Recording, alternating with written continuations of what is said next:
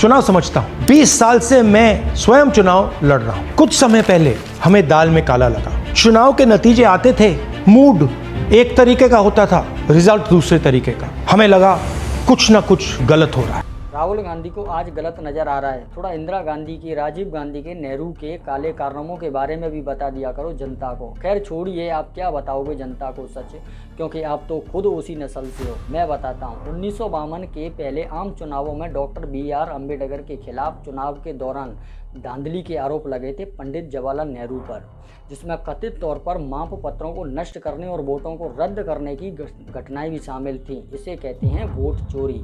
1971 के लोकसभा चुनाव में इंदिरा गांधी पर अपने प्रतिद्वंदी राजनारायण के खिलाफ सरकारी मशीनरी के दुरुपयोग में चुनावी वोटों को चोरी का आरोप लगाया गया था। इसे कहते हैं गलत। इलाहाबाद उच्च न्यायालय ने 12 जून 1975 को फैसला सुनाया कि इंदिरा गांधी चुनावी धांधली की दोषी है। अदालत ने उनके चुनाव को शून्य घोषित कर दिया और उन्हें 6 साल के लिए निलंबित कर दिया कोई भी पद संभालने से।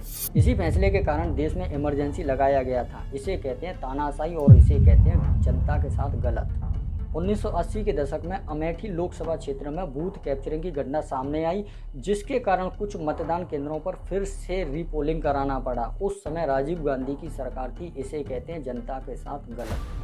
1980 में सोनिया गांधी की इंडियन सिटीजनशिप आने से 3 साल पहले उनका नाम वोटर लिस्ट में था। उन्होंने वोट भी डाला। क्यों भाई, किस अधिकार से वोट डाला? कोई सिटीजनशिप है आपके पास? लेकिन फिर भी उन्होंने वोट डाला। इसे कहते हैं वोट चोरी। इसे कहते हैं जनता के साथ खिलवाड़। मैं कांग्रेस लीडरों से साफ कहना चाहूँगा कि इस देश की जनता ने 1990 के दशक से ही कांग्रेस को उठाकर फेंक दिया। फिर भी राहुल गांधी जनता को क्या साबित करना चाहते हैं कि हम हारे नहीं हैं, हमें हराया गया है। अरे यार, कॉमन सेंस की बात है कि अगर आज कोई नेता 10, 20, 50 इंसानों को इकट्ठा गिरफ्तार नहीं कर सकता, जबकि इंदिरा गांधी ने लाखों इंसानों को इकट्ठा जेल में डाल दिया, क्या ये आज पॉसिबल है? लाखों इंसानों की इंदिरा गांधी ने नसबंदी करा दी। क्या कसूर था उन गरीब इंसानों का जिनको ठीक से इलाज भी नहीं मिल पाया? भूखे प्यासे न जाने कितने लोगों की इमरजेंसी में जान चली गई।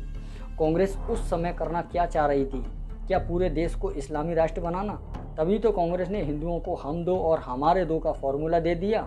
तीसरा बच्चा पैदा करने पर हॉस्पिटलों में रोक लगा दी। वहीं दूसरी तरफ सलमा को हर बच्चा पैदा करने पर 2-2, 3-3 हज़ार रुपये इनाम रख दी, ताकि मुस्लिम आबादी जल्दी से जल्दी कवर हो सके। इसे कहते हैं जनता के साथ गलत। इस देश की जनता ने वो दौर देखा है राहुल गांधी।